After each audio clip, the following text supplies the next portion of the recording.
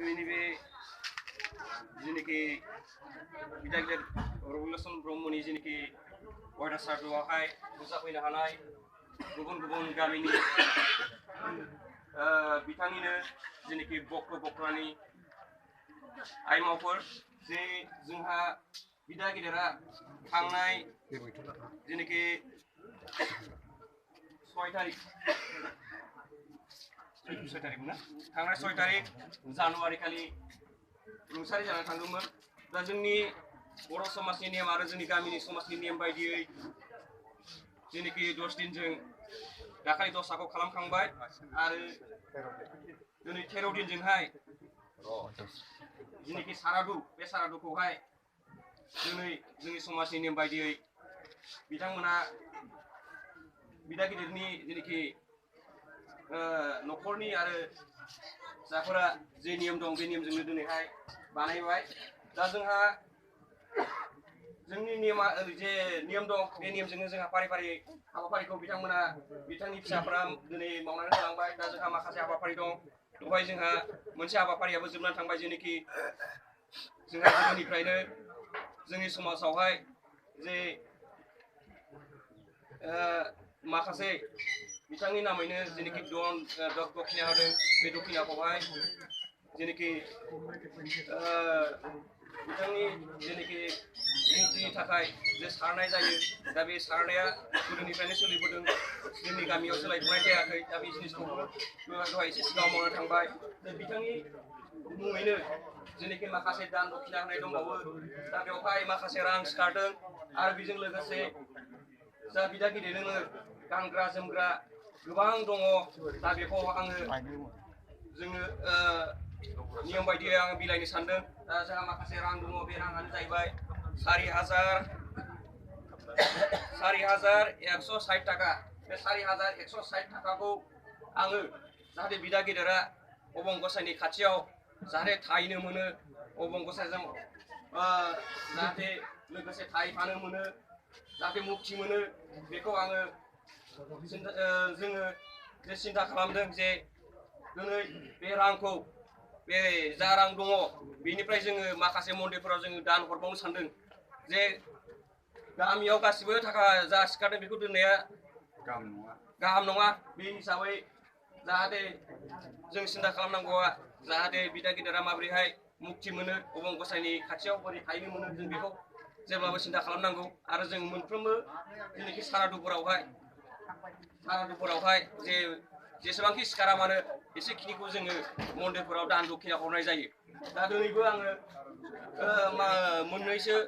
मोनथामसो मन्दिरफोरावहाय दान हरनो सानदों जा दङ बिनि गेजेरावहाय।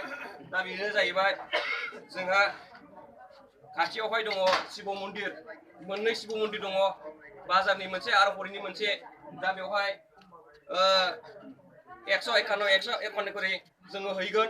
आरो बेजों लोगोसे दतमा आन्सलिक ब्रह्म मन्दिर दङ। दा बेवहायबो 151 नैबे जा सिखारदों बे रांनिफ्रायनो जों हैनाय जागोन। दा बाद बाखिया जोङो रायजोआव होनाय जागोन आरो मोनसे दंबावो। दा बिथांनिनो मोनसे जयगुरु मन्दिर दङ फसंनानै गालांनाय। दा बिदा गिदिरनियावबो 151 थाखा दोननाय जाथोंसै। बाद बाखिया बे रायजोआव थाथोंसै होननानै आं नोंथांमोननि सिगाङाव बयनिबो सिगाङाव फोरमायना होनाय जाहैबाय। आरो सोरबाफोर आलासिफोरा होनांगौ थाबावो, जेनेबा होनो लुबैनाय थायो, बिथांमोनाबो होबावनो हागोन। जोङो बिथांमोन होनायखौबो जोङो माना खालामा। जाहाथे दा उनावहाय सिखार बावनायखौ गामिनि सेक्रेटारिखौ थायो, बेनि थाखाय आङो बिथांनि न'खरनि मानसिखौनो फोरमायखानाय जाहैबाय। दा नैबे माखासे ड्रेस पार्टि बिदानि मुङावनो गानग्रा जोमग्रा दङ, बेखौबो आङो बिलाइ हरखानो सानदों। दा बेखौ बिलाइनो थाखाय आङो सासे सुबुंखौ आङो थांखिनो सानदों। दा बिदा गिदिरा जोंनिनो गामिनि सौरेन्द्र ब्रह्मखौ नैबे जेनाखि माखासे मुवा सिखारनाय बिदानि मुङावहाय, दा बेखौ बिलाइनो थाखाय आङो खावलायहरनाय जाहैबाय। लोगोसे जोंहा पुर'हित हिसाबै दंफैयो। दा बिथां बे पुर'हित बाबाखौबो खाथियाव थाफानो थाखाय आङो खावलायनाय जाहैबाय बाल्थिं दैखौ मन्दिराव दोनजागोनलै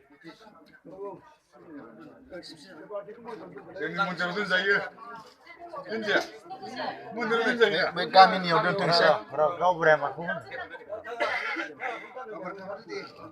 होनो नों थांखिदो गावबुरा नों थांखिदो औ सोर मा लाङो हरदो गामसा होबाव आदै ओइ साखुमफ्रा हर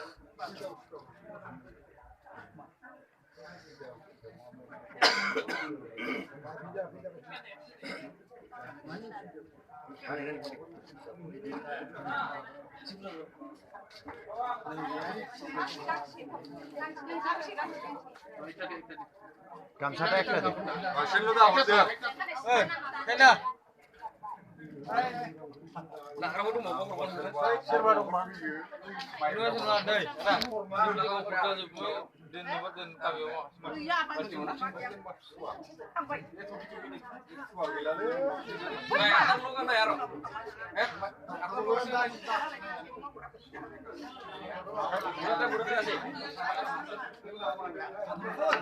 लाग्राबो दंबावो नामा सोरबा